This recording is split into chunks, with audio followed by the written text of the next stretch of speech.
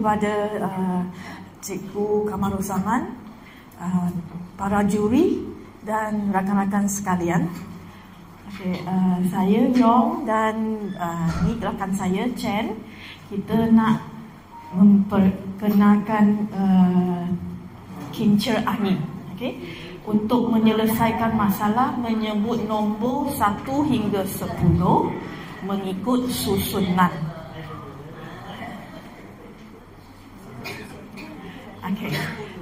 Kita alat bantu mengajar ini memudahkan guru untuk mengajar murid menyebut nombor dalam lingkungan 10.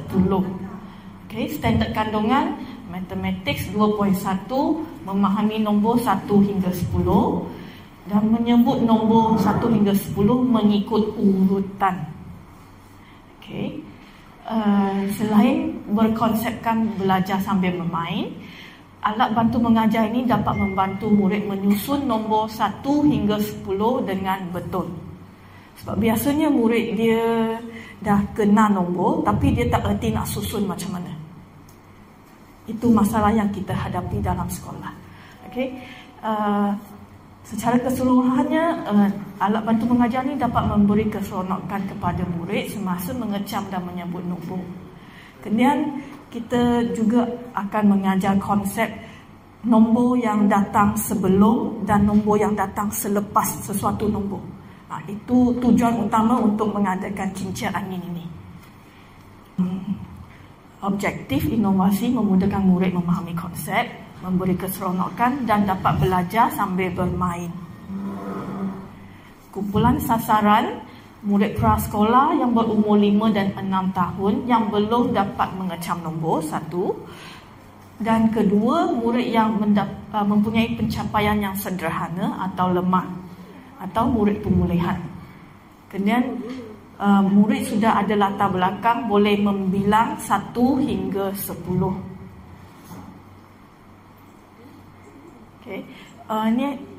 Ini sangat penting kerana murid yang dapat mengenal dan menyebut 1 hingga 10 mengikut susunan, baru dia boleh buat operasi tambah, tolak dan seterusnya.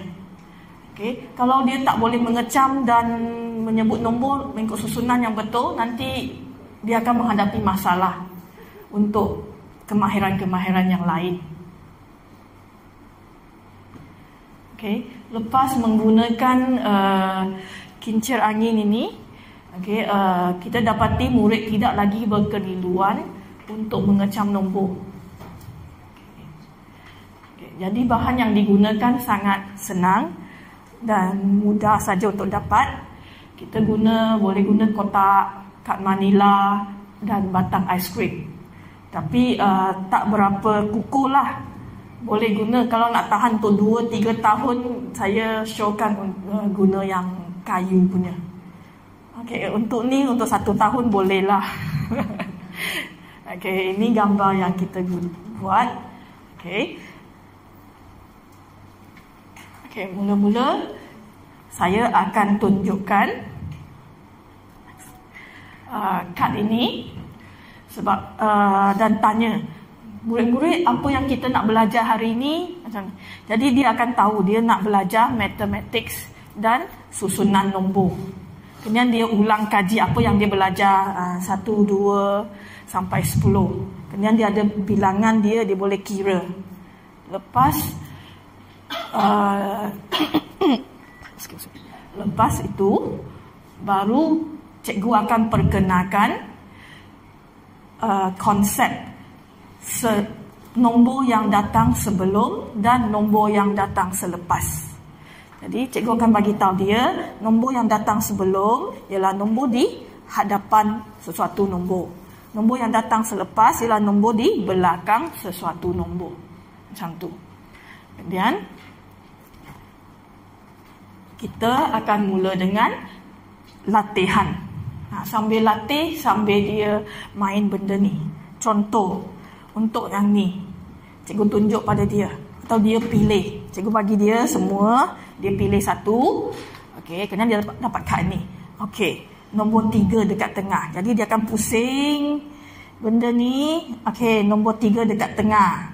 Jadi dia tahu. Jadi dia tengok, okey, nombor 3 dekat tengah. Jadi sebelum tu ialah 2 dan 4. Jadi dia salin 2 dekat sini, 4 dekat sini. Macam tu.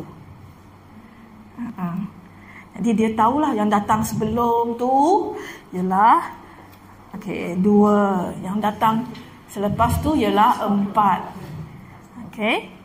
Lepas tu kita juga tulis tulisan Cina untuk senang dia mengecam. Sambil mengecam nombor, dia boleh mengecam tulisan Cina juga untuk nombor.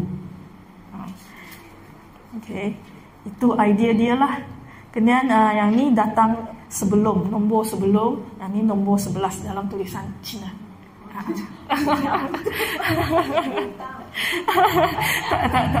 Yang ni. Dia ada nombor sebelum dan nombor 11.